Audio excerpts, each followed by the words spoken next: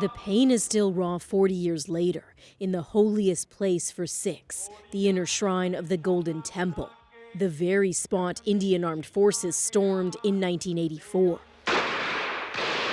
It was a bloody siege, the Indian military intent on flushing out a group of armed Sikh separatists barricaded inside, demanding an independent homeland. Hundreds were killed, 400 officially, although Sikh groups believe the death toll was much higher. The damage to the holy site devastating for the faithful. 4 decades later, the shrine is repaired, but the emotional scars remain deep. You're here? This is myself. Satpal Dinesh, a photographer now in his 70s, was there, documenting the army operation and its violent aftermath. At first, it was hard to grasp how many Indian officers were poised to strike. Until Dinesh says they advanced on the temple. I realized then this was a war.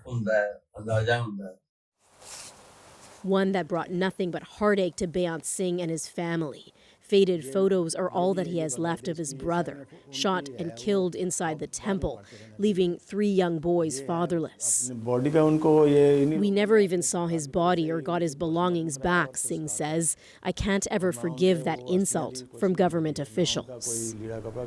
The order to attack the Holy Temple came from India's then Prime Minister, Indira Gandhi.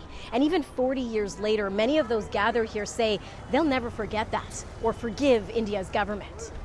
Which we have right now. Even for those born years after the army mission, Operation Blue Star stings as a brutal assault against their religion. The Indian state attacked a pilgrimage temple.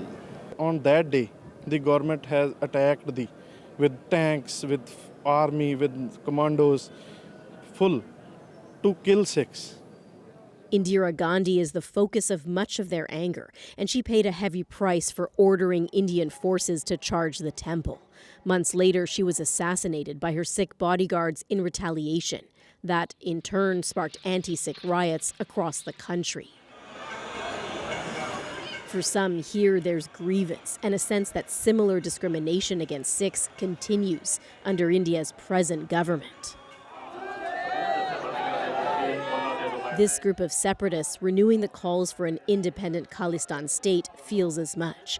Many here point to how the Indian government under Narendra Modi at times resorts to using the word Khalistani to target those opposing their policies. No, there is not much difference between the government of Indira Gandhi and the current government. This student says some politicians in India freely promote a Hindu-centric state. But if the Sikhs ask for the Khalistan, they are sent to the jails.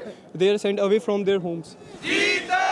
Take Amritpal Singh, he says, a self-styled preacher and hardline Khalistan activist who ran in the recent general election from jail and won. Another newly elected MP, the son of one of the bodyguards who assassinated Indira Gandhi, fueling a perception that Khalistan sentiment could be on the rise.